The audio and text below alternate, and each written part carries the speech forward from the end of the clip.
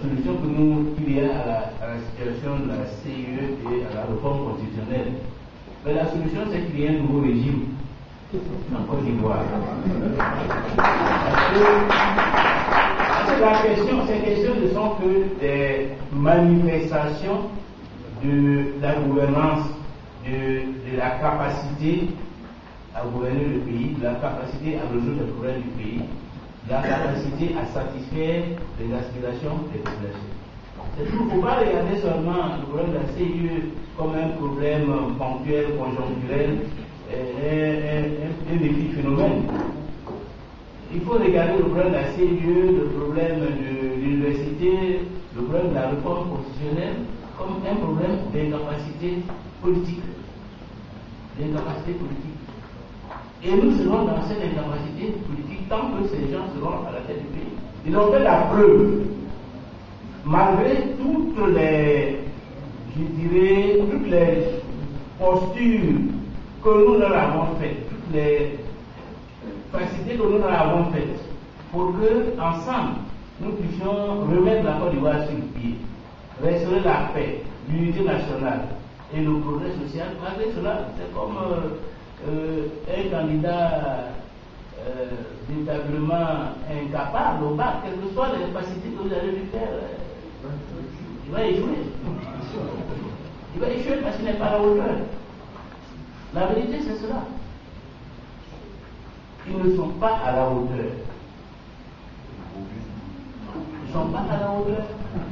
Et ça, on n'a pas besoin de sortir de Polytechnique ou de Sciences Po. Ils ne sont pas à la hauteur. C'est tout ce que nous disons. Et quand vous regardez la manière dont ils abordent la résolution des problèmes, vous êtes effarés de constater. C'était la même chose la dernière fois, le 1er mai, quand le président de la République est obligé lui à consulter ses cousins pour savoir comment se comporte le marché de la téquée ou le marché de la banane. Vous voyez comment on gère le pays.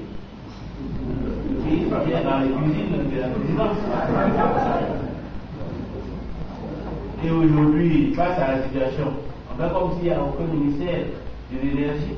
Les gens ont monté toute leur incompétence, mais soit par orgueil ou par incapacité, ils sont là.